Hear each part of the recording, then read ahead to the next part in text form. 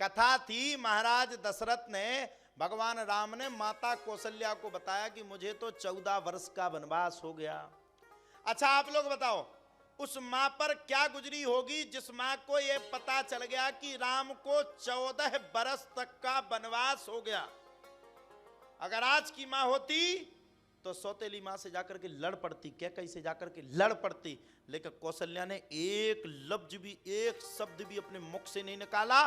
कौशल्या माता ने कहा, कैकई ने कहा है तो कुछ सोच करके ही कहा होगा बेटा, उसमें भी तुम्हारी भलाई होगी। ये थी मां। ऐसे चलता है परिवार, इसको कहते। अब मां ने कुछ कहा और सौतेली मां ने इतना कहा, ओरिजिनल मां ने इतना कहा, फिर काहे को, वो तो युद्ध रखा ही है। राम पहुंच गए, सबरे राजा विराजमान थे, वशिष्ठ मुनि स्वस्ति वाचन कर रहे थे, निरंजन स्वामी वहीं पर विराजमान थे, सबरे राजाधिराज वहां बैठे थे। राजाधिराज आए पसैये सायने वयम, तो सबरे राजा बैठे थे। अब राम को देखा है, प्रभु साधु कहां मन रहे हो, सिंहासन का क्या होगा। दशरथ जी के रो रो करके बुरा हाल, मानो कि आज दशरथ जी का सब कुछ छिन गया। दशरथ जी कैकई के सामने हाथ जोड़ रहे। बताओ कैकई इतनी हटी हो सकती, कोई पत्नी इतनी हटी हो सकती क्या। कैकई का ये त्याग है। कैकई ने राम के लिए अपने पति की श्राप को, अपने पति की गुस्सा को सहा, वो थी कैकई। कैकई जैसी मां होना इस पृथ्वी लोक पर मुश्किल नहीं, नामुमकिन। जो अपने पति के लिए, अपने पुत्र के लिए पति की भी सुनी, पूरे नगर की भी सुनी, जिसके रियल पुत्र भरत ने कैकई का त्याग कर दिया। अब आप लोग कैकई को दोष देते हो, कैकई ने राम को वन भेजा, कैकई ने राम को वन भेजा। क्यों भेजेगी भाई। कैकई ने तो अपने पत्थर पर छाती रखकर, छाती पर पत्थर रख के, छाती जानते हो ना, सीने पर पत्थर रख करके कैकई ने तो राम को वन पहुंचाया, राम के मार्ग को प्रशस्त किया। और सच्ची मां वही है जो अपने सीने पर पत्थर रख के अपने पुत्र की भलाई के लिए उसको आगे बढ़ाया। ताली बजाओ अच्छी। हाँ, क्या जाता तुम सबका, ताली तो बजानी, बुद्धि तो हमें चलानी। हाँ, तुम सबका क्या गया। कछु कह रहे हैं ताली बजाने से भूख ज्यादा तेज लगती है, तुम्हें क्या है, मुंह चला रहे।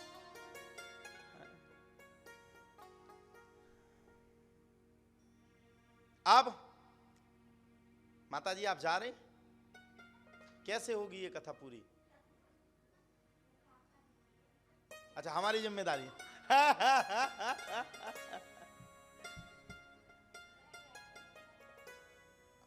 आपका कुछ नहीं है ठीक है, ये हमारी जिम्मेदारी है ना कथा को पूरा करना हम भारत में भी तो कर सकते थे। अब भगवान राम ने जब कहा तो वशिष्ठ जी सामने खड़े थे। वशिष्ठ जी का दिमाग खराब, राम को वनवास हो गया। वशिष्ठ जी से भगवान राम ने पूरी सभा में जाकर के सबके आगे हाथ जोड़े। मैं अपनी माता की बुराई नहीं कर रहा, मैं अपने पिता की बुराई नहीं कर रहा, मैं अपने परिजनों की बुराई नहीं कर रहा, मैं परम सौभाग्यशाली हूं। राम ने क्या कहा, ध्यान से सुनो, आगे देखो सब लोग। राम ने क्या कहा, राम ने कहा कि मैं परम सौभाग्यशाली हूं कि आज मैं अपने पिता के काम में आया हूं। अपने पिता के कहे हुए 2 वचन दिए हुए, अपनी माता के मांगे हुए दोनों वचनों को पूर्ण करने के लिए आज वन में जा रहा हूं। इस राज्य सिंहासन से ज्यादा सौभाग्यशाली मैं इसलिए हूं क्योंकि अपने माता पिता के वचन को पूर्ण कर रहा हूं। अच्छा आप लोग सच्ची बात बताओ, आज का बेटा होता तो क्या कहता है? नो, मना कर देता, नहीं मैं नहीं जाऊंगा। अच्छा आज की लड़का को आप यही कह दो, बेटा 15 दिन तुम्हें टैक्सी से जाना है, गाड़ी को नहीं छुओगे, 15 ही दिन में महाभारत खड़ा खड़ा है, पागल हो गया, ओडी से जाता हूं। मेरे दोस्त भी तो देखते हैं, थोड़ा इज्जत का सवाल है।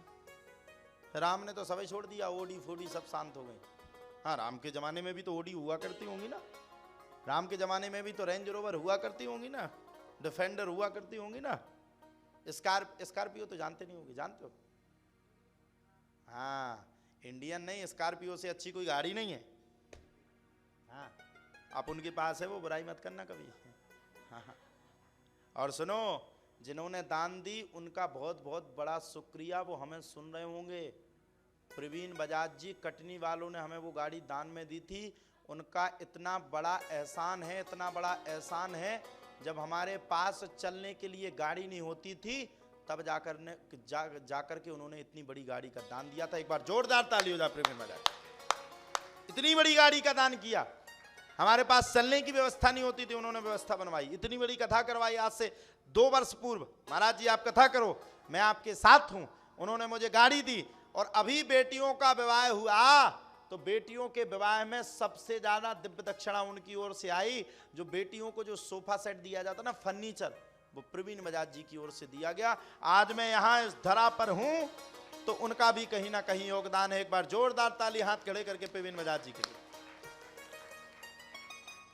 तो लंका निश्चर, और वो भी उन्होंने हमसे कहा था मंगाओ कौन सी गाड़ी चाहिए, हमें सबसे ज्यादा पसंद ही स्कॉर्पियो है।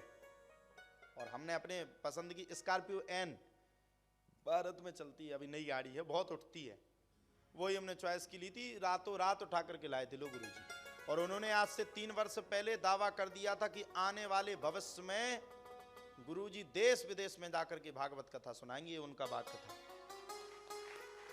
ऐसे महान है। और हमारे लिए तो वो बहुत कुछ है।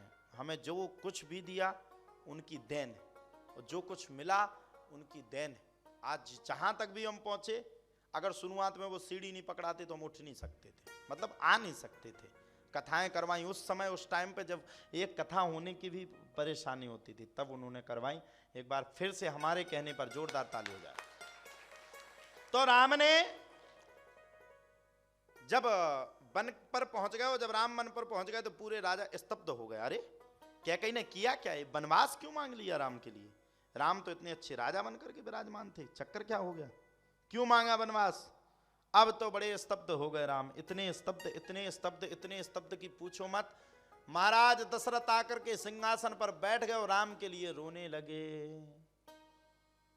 राम सामने खड़े, दशरथ जी रो रहे, राम को समझा रहे, मंत्री से भी कह रहे कि मत छोड़ने जाओ राम को, सब परेशान।